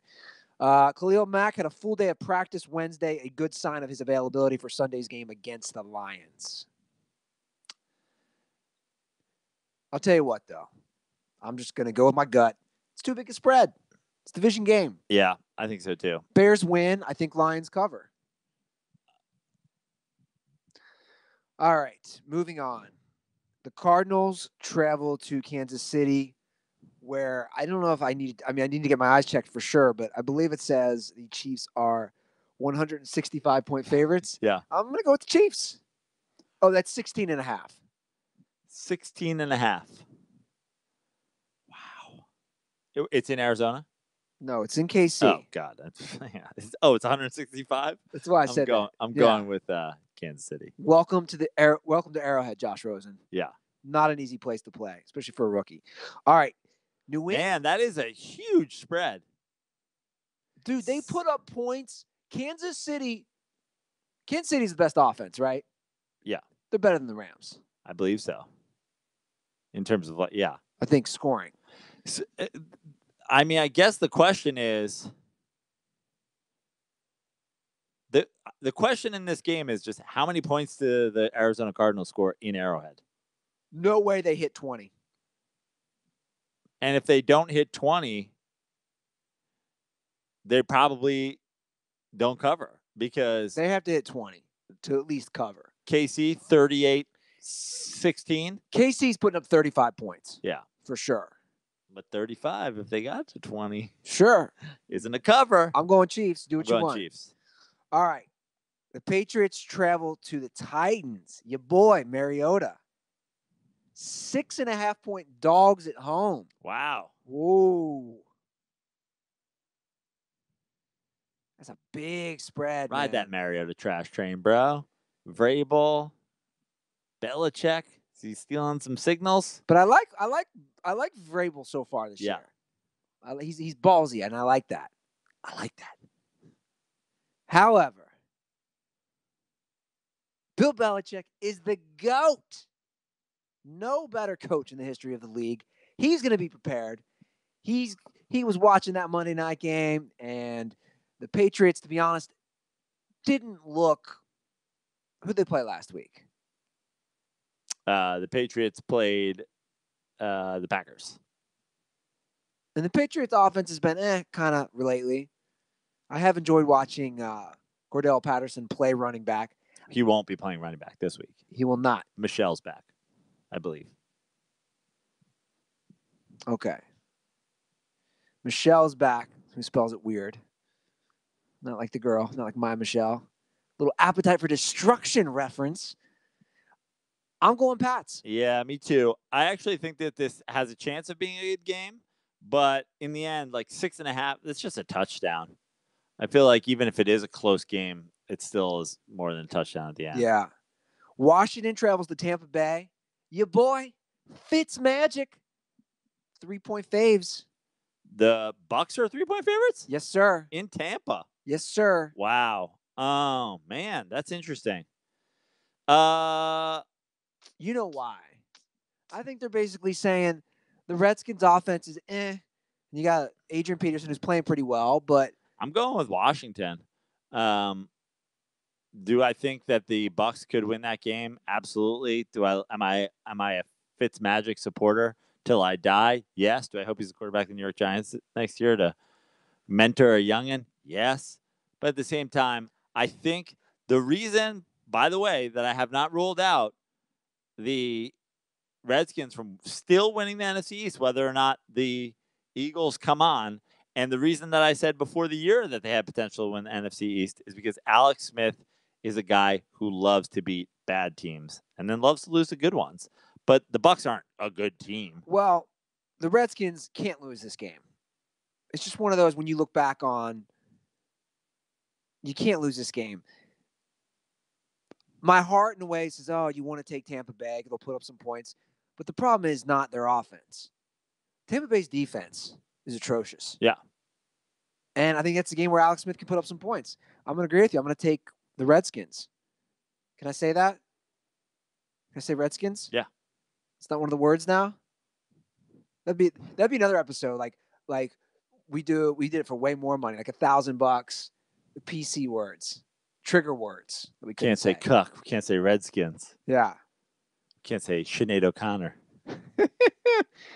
All right. The Bills travel to the Jets. Oh, boy. Oh, boy. It's a game no one wants to watch. 6.5 points. That's two monkeys throwing poop at each other. It is. Jets are 6.5 point favorites, man. Yeah, to me, that's ludicrous. I'm going to take the Bills. That's absurd. Did you see this? Who are the Jets beating by 6.5 points? I know. Did you see this thing with Nathan Peterman that the Bills fan created? By the way, is Nathan Peterman starting this week? I don't know. It's a good question. Did you see a Bills fan created a GoFundMe? No. So a Buffalo Bills fan created a GoFundMe to buy out Peterman's contract. It's called Nathan Peterman, Please Retire.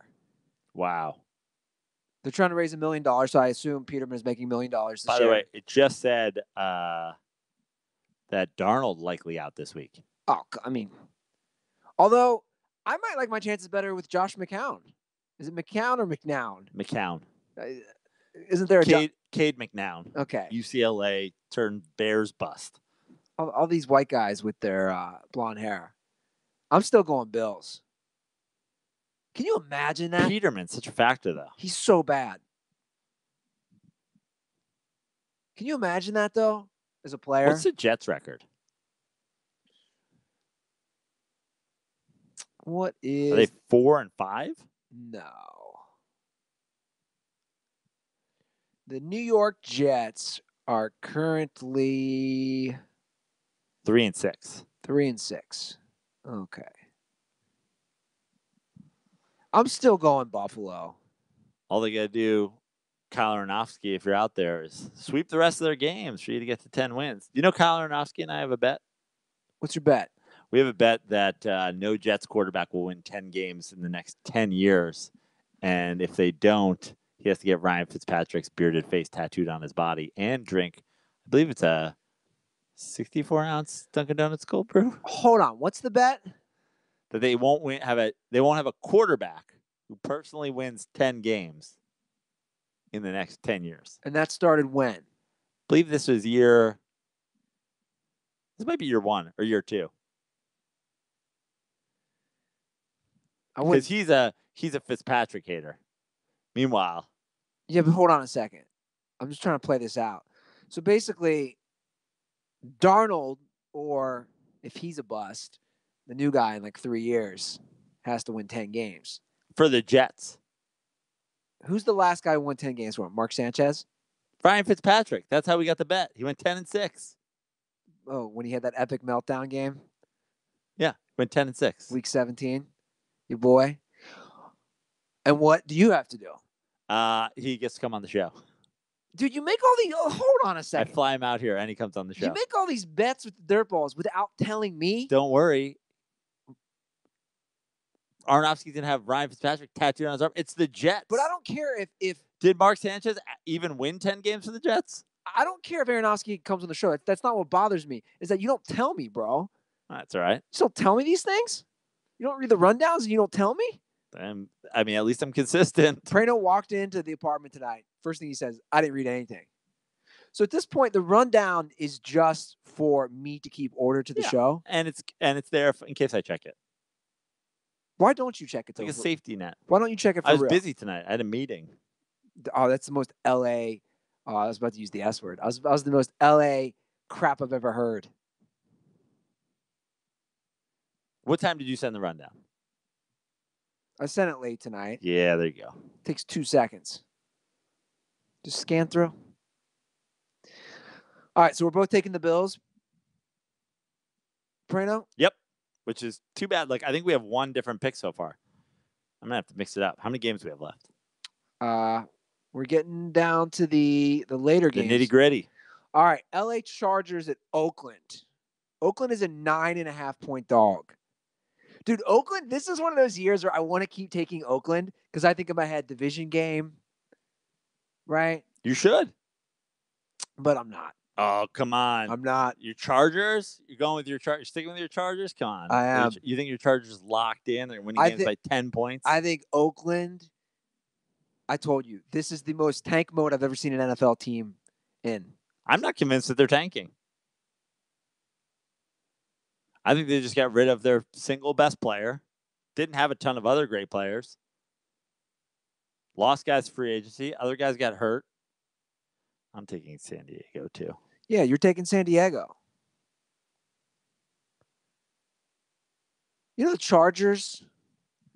I was talking about this with Majid last night, Michael Majid. We were laughing, and obviously they'd have to win the division. But we're saying, let's say the Chargers somehow win the division, which isn't a big somehow. They're 6-2. Right. Kansas City 7-1. They beat Kansas City. No, we get how records work. Okay.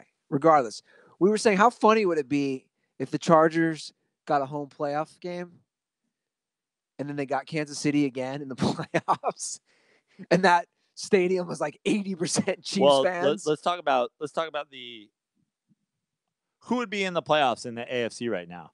The Patriots, the Chiefs, the Steelers, the Chargers. Let me pull it up. And Cincinnati? Well, an AFC South team, Houston.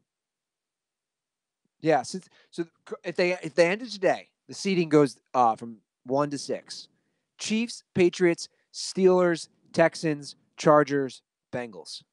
Chiefs, Patriots. So they'd have the Texans, right? No. Well, they would, first of all, they'd have to win the division. Right. Well, and basically any team but Houston would have the majority of the fans. There's not a lot of Houston Texans out there, right? Cincinnati wouldn't. Yeah, they probably would. You don't think so? Who are the Chargers fans that are going? I mean, you don't have to have a lot. I mean, I'm not sure if Cincinnati Chargers playoff Well, we're game gonna sells find out, or I'm gonna find out. I told you, I'm probably gonna go to the Bengals. We've said this the last 2 years. It's not even a matter of who they're playing. I just want to see a Chargers game in that small venue. And you know what tickets I would use? Or I'm sorry, what app I would use for that, Prano? SeatGeek. Yeah, I didn't. That one snuck up on me. You saw I worked that in there? Yeah. Yeah, I actually have already looked at SeatGeek for tickets to where the Chargers play. I'm not going to say the name of where they play because that is not a good app. It's not nearly as good as SeatGeek. Maybe if they played in the SeatGeek Center, they get some fans. Yeah, people would come. Yeah, maybe you should do that, Chargers. Change your name to the SeatGeek Center. I believe it's December 9th. I could be wrong on that when the Bengals come to town, but I've already looked at tickets. You've met my friend Brad. Yep. Who played volleyball with at the beach sometimes. My brother's good friend. I think him and I are going to go. Maybe get our boy Justin Wood. I'll get that discount on SeatGeek. Guys, you can use SeatGeek too. Just download the app. It's so easy to use, and it shows you exactly where you're going to sit. Best of all, you get $20 off your first SeatGeek purchase. Just download that SeatGeek app and enter promo code DIRTY today. That's promo code DIRTY for $20 off your first SeatGeek purchase. SeatGeek, life's an event. We have the tickets. Okay, so back to these games. We both take the Chargers. I'm taking the Chargers. Yeah, this is killing me. It's hard to pick. All right. Hard to make up games. All right, I'll start picking first. This way it'll maybe ease some of your anxiety a little. Miami at Green Bay. The Packers are a 9.5-point favorite.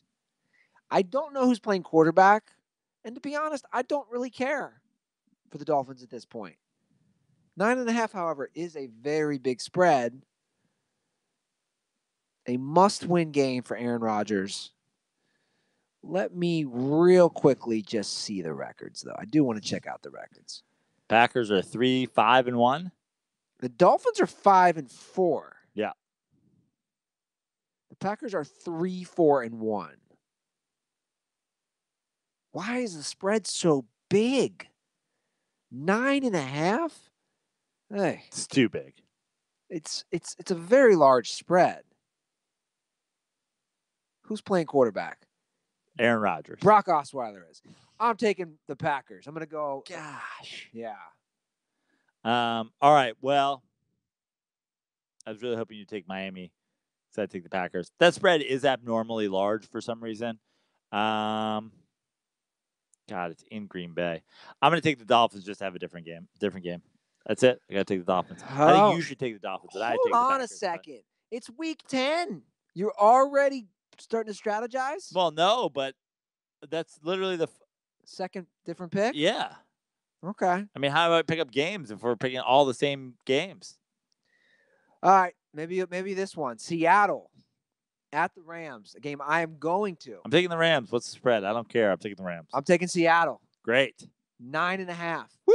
Let's do it. Can't wait. You don't think it'll be a close game at all? No, I don't. I think it was a close game in Seattle. 12th man. No, I don't think it'll be close. I don't think the Seahawks are good. In fact, I think they're pretty bad. I think they're average. Hence, I'm said they go 9-7. Pretty average. They might go 8-8. Who knows? But they play them tough. They do, no doubt. And that's got to be getting old for McVay. Puts pedal to the metal. Doesn't let it up on the division. Knocks Pete Carroll off his pedestal as if crashing a plane into the Twin Towers. Has any show done more Pete Carroll 9/11 references than Joe Prano? There's no way. Look, We always play them tough. We're going to go out there, go play them tough. You know, I think we all know Russell's going to freak out when this big defensive lineman come out. You're going to do the run thing. Hopefully he gets close bobble plays. A couple guys bobbling it, bounce the ball around, hit it off people's helmets. You know, are we going to win? Probably not. You know, did we win the war in Afghanistan? Hard to say. But I think it'll be closer than 9.5. I'm betting on myself. And I'm betting on the Rams, Pete. I feel like this is the end of Pete. What do you mean? I don't know. I get the inkling that Pete Carroll moves on? That he retires. Really? Yeah. Maybe not after this year, but maybe after next year. Unless the team gets real good. I know that, you know. But I like him as a coach. Yeah. I know we don't see eye to eye on Russell Wilson. And I also know that the story is that Pete Carroll favored Russell Wilson over other people. Do you feel like there's any possibility that there could be a Russell, and I don't mean this because they don't like each other. I think they do like each other. But do you think that it might come to a Russell or Pete Carroll thing? Because I think Pete Carroll's smart enough to know if he doesn't retire as they trend down, basically the decision is, do I want to be a part of a rebuild or not? Yeah, that's why I'm bringing this up. Right. So do you think he's more likely to retire than be a part of a rebuild? Because I don't think you rebuild. You're not rebuilding around Russell Wilson, right? I say that with all due respect to your boy, but he came into the league when he was 26. He's making a ton of money. If you wanted to go full rebuild, wouldn't you find the Andy Ruther of GMs? He's 29. He's not that old. Right. But I'm saying, when we talk about rebuilds, we're talking about 3 years minimum, right? Yeah. That's my whole point of saying, I think that the Seahawks are, I mean, a lot of people picked them to win 4 games this year. A lot of people thought they'd be awful. Like awful. They're not awful. Not a great team. They're not awful, though. They've already won 4 games. Even if they go 7-9, which is a good likelihood, right? It's not awful. But I don't think he sticks around for that. That's my point. But, I mean, we made a bet somewhere. You and I have made so many bets. You didn't think he'd be on the team in 2019. I've said 2020 a lot. Bro, you keep bumping it. But fine. It's fine. Either way, hear me out here. What are you asking? How many, if you're Pete Carroll, right? You've decided you don't want to retire. What's the Jaguars deal that they offer you got to be? To coach the Jags? No. Wait, I'm confused. For Russell Wilson. To go to Jacksonville. Yeah. To a team that needs a quarterback. To Tampa Bay. I don't know. All I know is the Cowboys just got a first rounder for Amari Cooper. Right. Russell Wilson's a franchise quarterback. Multiple first-round picks. I mean, Khalil Mack got, 3 first-round picks? But that was too much, right? What did Jimmy Garoppolo go for? I don't know.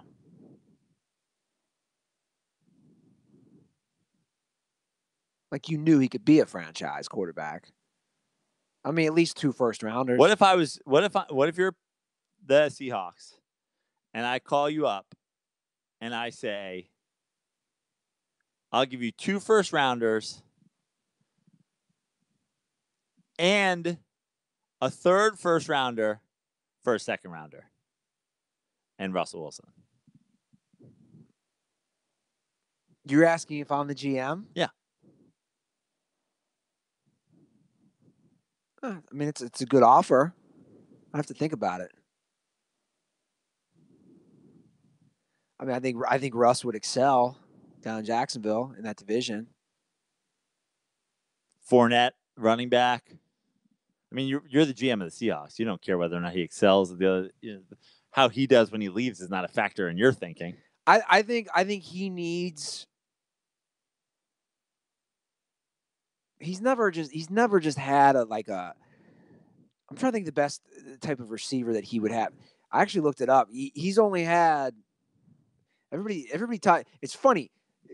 Breeze has never had like a good, like, I think before Michael Thomas, maybe Marquise Colston was his only the only 1,000-yard receiver, I believe, I looked up the other night, that Wilson's ever had is Doug Baldwin. I don't think Jimmy Graham ever got 1,000 yards. Apparently we had a bet about Jimmy Graham too. 6 touchdowns. Somebody tweeted the other day. 6 touchdowns on the year? Yeah. I think I said no. One of us said no. He's at 2. Yeah. I mean, if I bet yes, I'm not like shaking in my boots. He's got to double his thing for the second half. He's with Aaron Rodgers. He needs a 2-touchdown game. By the way, they go to Jimmy Graham a lot, and he's always interfered with in the end zone, and then they end up running the ball in from the 1. Yeah, he's not what he used to be, for sure. All right, Dallas at Philly. So you're going to call me back on that deal? Yeah, I said I got to think about it. I mean, I don't want to trade Russ. So you're saying no? You're the Seahawks? No. I mean, he's 29. He's only in his 7th year. I mean, you're acting like, okay, so he's 29 going on 30. I mean, I guess it kind of breaks down to how many good years does he have? Does he have 6 more good years in him? Can he play 13 seasons? And I have a feeling you're saying no, he can't. Agreed? I'm saying no, he can't at the style he plays of getting sacked a lot and scrambling. And you know what it is with him? It's that religious. Oh God, I almost swore. Religious crap. That's what it is. That's why people don't like him. And I get that. I will always understand that. It's that whole notion. That's probably why all his teammates didn't like him. I mean, we've seen videos. I think his teammates didn't like him because I think it's the religious stuff. He was treated like he was the guy who got them the Super Bowl, and they were treated when I think it was clearly the defense that got them the Super Bowl. Who says he got them there? I've never said that. No. But we all know. But he was paid like he got them there. He's still there like he got them there. Beast Mode's gone. Sherman's gone. How good are those guys now, though? That's a good question. Sherman's great this year. Is he? Yeah. Is he? Is Sherman having a good year? Because I'm not hearing much about him. They're not throwing the ball his way because... Yeah, but you've also been critical of Sherman in the past. Yeah. You've said he's not a shutdown corner. Yeah, he's not a shutdown corner. But I've also said Russell Wilson's not a top 10 quarterback. Top 10 now? I mean, he's right around that area right now just because quarterback play is not stupendous. But I just wanted to say that I think that phone is hung up very quickly if you're asking for a top 5 quarterback in the league. Any of the guys that we consider true top 5 quarterbacks. I was also thinking from the Jags side. When we were 30, when they were 29 years old. I was also thinking from the Jags side. Hence, you were like, dude, this isn't the Jags. We should go to a game of the 12th man sometime. Yeah, I'd love to. All right. Vegas is basically saying by this next game, Prano, they are also out on Cowboys. They're a 7-point dog at Philly. And if this is a game where you want to pick it up, you're going to have to take them because I'm going to go Philly. I know it's a division game. They lost by 14 to the Titans. I think division games tend to be close, especially Eagles-Cowboys games. I'm not sold that the Eagles – I'm not sold – I do think that the Eagles are going to be better. I'm still not sold that the Eagles are by any means a team that should be feared by anybody. But I just don't think the Cowboys are good. 7.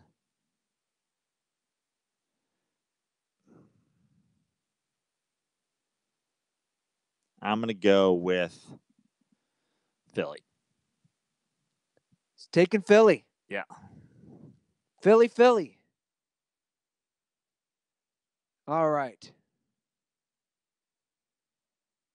The last game is your boys, the New York Giants, are traveling to San Francisco, where you will be, Joe Prano. Yeah. This very night. Yep. The Niners and Nick Mullins, the Southern Miss sensation, are 3-point favorites. Dude, I hate to do this, but I just see everyone's like, Nick Mullins. I loved what I saw. It was cool. It was fun. Can he do it 2 games in a row? I don't know. I'm going to take the Giants for that reason. Yeah, I agree with you, and I love to pick up a game, but I'm not going to. I don't think my move is pick up a game betting against my team at a game I could potentially be at versus Nick Mullins. As bad as we've been, and as like fair as the Niners have been, the Niners aren't awful. They're not, but I think what's the Niners record? I believe they've only won 2 games, but they've been in a lot of games. Yeah. I think that's just the way they're going to play. I'm going to take the Giants. They're coming off a bye. That was another factor in my decision, coming off the bye. I think Eli is playing for his job more than he has been. The Niners are 2-7. Yeah, I'm going to go with the Giants. All right, so there you have it. Week 10 picks. Man, I hate to root against the Packers, but mark it down. Lots of talk. I hate to root for the gosh darn Dolphins, but lots of talk in the YouTube comment section about no Rams pillow. Guys, the Rams pillow is here. The reason is Prano made a very good point that if I put the Rams pillow and I got the Rams towel, this looks like a Rams podcast. Leave comments. Do you want to see the Rams pillow during DirtBall calls? Because we're going to do DirtBall calls. If you want to see the Rams pillow, I will go grab it off my bed. In the meantime, Joey, throw on those headphones. Easily just cover the Rams thing with old Bill there. Oh, we almost lost Bill. Almost lost. That would have gotten a swear out of me. Yeah, can't lose Bill. All right, it's kind of a mess. Are your headphones there? Everything's kind of tangled up. You good? I'm here. All right, let's do some DirtBall calls. Let's do it. We'll wrap up the show with some DirtBall calls. All right, I'm just I think these are right. Let's just do it. What's up, Joe and Andy? It's your boy Double D from Indiana. Calling because there's been a lot of Tim Tebow talk around my office here in the last couple weeks. And yes, he should be the quarterback for the Buffalo Bills. But I'm hoping you guys can settle a ever long-going debate on if Tim Tebow is a virgin or not. I'll give you my take. Why yes. Probably because his ex-girlfriend hasn't come out and said anything. None of his exes have ever come out and said anything that they did have sex with him. So it would kind of seem like maybe that's true. And I'm pretty sure he got broken up with simply because he just won't fuck them. And why I think he's not a virgin is because he's a dude. He's an athlete. But it seems like he actually might be. So anyway, I want to get your guys' take on that. Condoms are for boilers. I think we've made this known, at least I have. I don't think that it's because he's religious. I'm 100% convinced that Tim Tebow is gay. I think that certainly could be a factor. And I also think that even if he is religious, I'm going to think he's one of those dorky, like, we could do it this way, but we can't have intercourse. Blah, blah, like he's a... Yeah. So I'm going to go with, in the age of social media, how do you keep it a secret? What, his virginity? His non-virginity. You know what I mean? In the age of social media, it just seems like the tweets, the Tinder profile, here's a picture of Tebow sleeping, the thirstiness of just girls. I mean, I had to look at 700 pictures on my Instagram yesterday of people with their voting sticker on. You know, tell me some girl's not going to be like, I T-bowed, T-bowing next to Tebow, T-bowing, T-blowing. Oh. Hashtag. I think he is a virgin. Which begs the question, is he a dude? Can't be a dude if you're a virgin. Tim Tebow, not a dude. He's clearly not a dude. Yeah. Look, I think Tim Tebow. It's hard though. I mean, hard to be a Heisman winner and not a dude. Here's the deal. I think he's a good, nice guy. A good, nice guy who has been battling internally with his homosexuality. I think I have a very good gaydar. I bet you do. And my gaydar goes on fire every time he's on TV. I think fire in your pants. Yes, fire in my pants, my pantalones. Look, I think he's legitimately a good. I really do. I think he's not fake. I think he's a legitimately good guy. He cares about people. He wants to help out. I think he's a good person. I also think he's gay. So we agree. Virgin. Yeah, just go out and I just want to see him. I just want to see him lose his mind and then just go on like a WeHo spree on Grindr. Just smash spree. Now they just saw on the ticker is we have Sports Center on the background, which we don't normally do. I just haven't changed the channel. He has been promoted to AAA. Yeah. Tim Tebow will eventually find his way on the New York Mets roster. Probably at some point, but it's kind of maybe not. It's kind of a disgrace. AAA is kind of I mean, there's a lot of exceptions to this rule, or I should say, this isn't like a hard and fast rule, but like AAA's kind of become like you almost get to AAA if you're not going to get to the big leagues. A lot of the best guys go straight from AA to the bigs. They're like, we get it, you're good. Interesting. Yeah, and now it's like AAA is like the veteran minor leaguers. They're in a pinch, but they're not like top prospects. I gotcha. All right, so let's get to a couple more calls, and we'll wrap this bad boy up.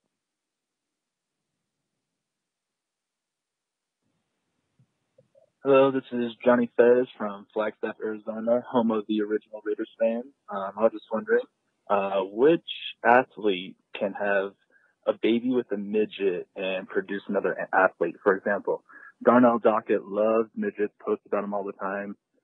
If he was to have a son, just assuming, would that baby be a little slot receiver or a running back?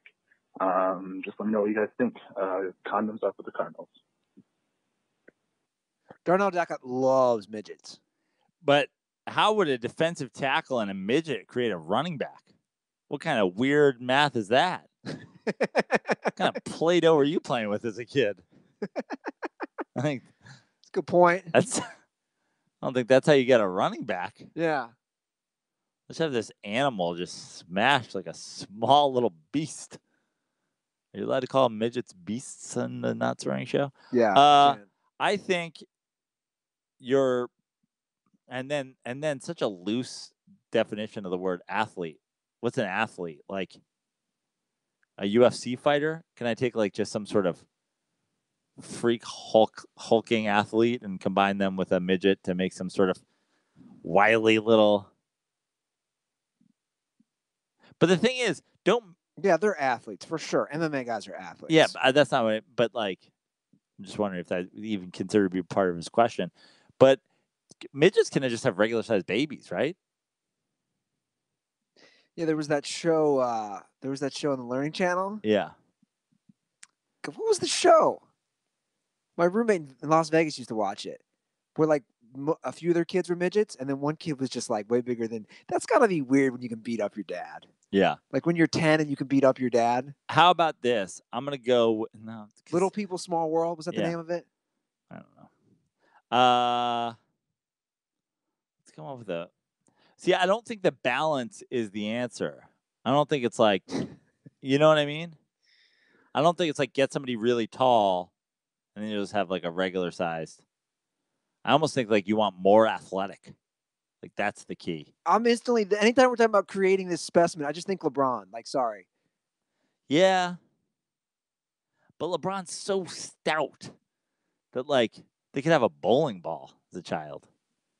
And then what? He's a running back? I'll take my chances. LeBron James. I'm going to go with.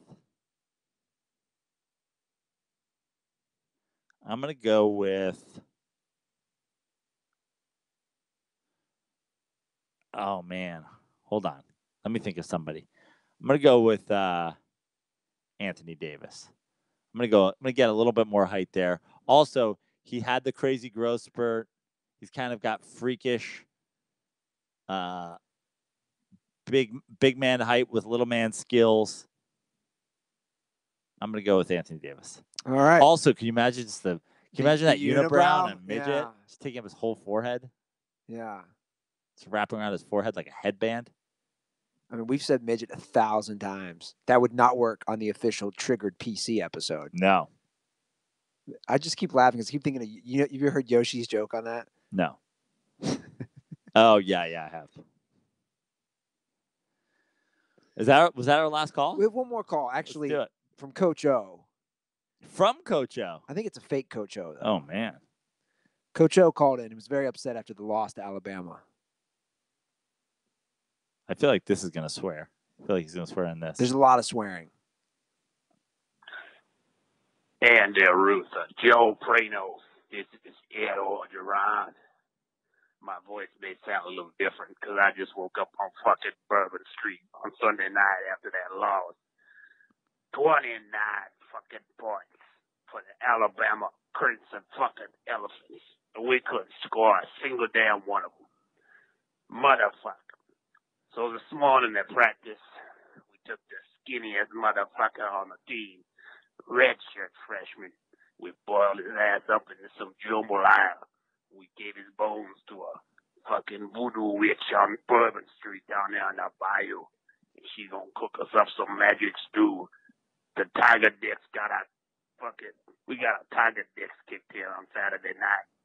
But we're gonna be back stronger than ever after some magical jambalaya from the swamps of the bayou.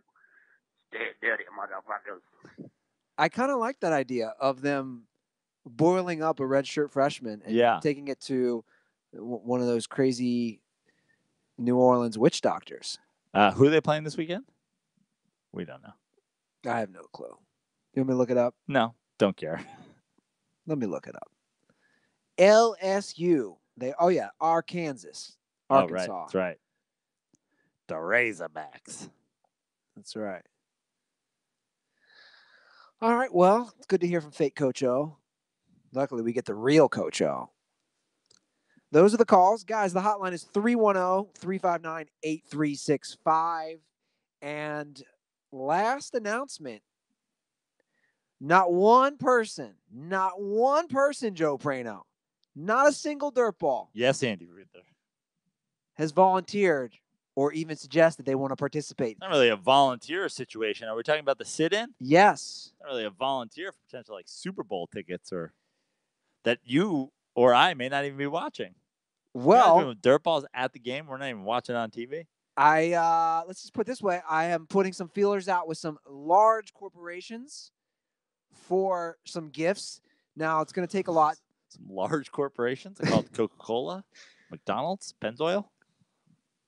I got to get them on board with this crazy idea. But dirtballs, I've said it. I'm getting a new car.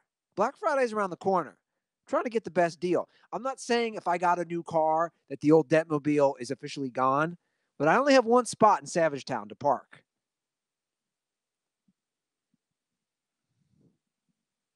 What if only one person wants to do it? Well, that's not really a thing, is it? Exactly. We have 0. We need at least 2. If you want to do it, slide into those DMs. At Andy Ruther, at The Dirty Sports. Let's make it happen. Brano, you're in the Bay. You're leaving tomorrow. I am. Which could be tonight. Yeah. I'm actually, I thought I was going to have to be up there tomorrow night, but I don't have to be up there till Friday after all. So I'm going to drive the PCH tomorrow, your favorite. Oh, I Go up- love the PCH. Gonna go up through Big Sur. Gonna stay in Monterey tomorrow night, and then Friday, the setup, which is in San Francisco. Truly one of my favorite clubs to perform in. They turned the basement back room. It's the back room of a place called the Beer Basement in San Francisco into a fantastic comedy club. Very New York style, very Comedy Cellar, Village Lantern, very like, Greenwich Village, New York Comedy Club basement style. Great club. Friday. Saturday, Laugh City in Oakland with our boy, Lyle Barons. Sunday, Crow's Nest, Santa Cruz. Once again, love that place. Beach town. Might surf that day. Come to Santa Cruz. Monday, Giants at Niners. Just go. Likely I'll be there. I think you should go. Tuesday, the Throckmorton Theater in Marin County. And it's a theater. I'm doing theaters these days, Andy. No big deal. You're a headliner. You're a big deal, Joey. I'm not headlining that show, but I am in a theater. So I don't think there is a headliner. It's a showcase show. Well, guys, go check him out. Like I said, if you want to hear a great podcast, go check out the Dent Report with Dr. David Schechter. And again, slide into my DMs if you want to participate in the 2000 Toyota Corolla sit-in. I am mailing out a ton of koozies tomorrow, so my apologies. I basically do it once a week, and I haven't gotten to it this week, but I'm going to mail out a bunch of koozies tomorrow. So drop an iTunes review if you want some koozies, and leave your Twitter handle or Instagram handle in that review. All right, Dirtballs, that was the show, and I believe we lasted. Not officially over yet, but I believe we went a full episode without any swear words, Joe. And I have to say, I feel darn good. I got to say, Andy, I'm surprised we made it too. Look, I looked at your history, and I thought, no way Andy Ruther makes it. I said, I just don't think it's going to happen. It's almost like looking at quarterback rating. Like your history wasn't a telltale sign of what was to come. Much like your love of quarterback rating is not a sign of how good quarterbacks are in the NFL. But the show's not over, so if you have anything to add to that. I know you're trying to get me triggered. And I believe quarterback rating is one of the many statistics you should look at. The most important, would you say? I don't think I've ever said most important ever.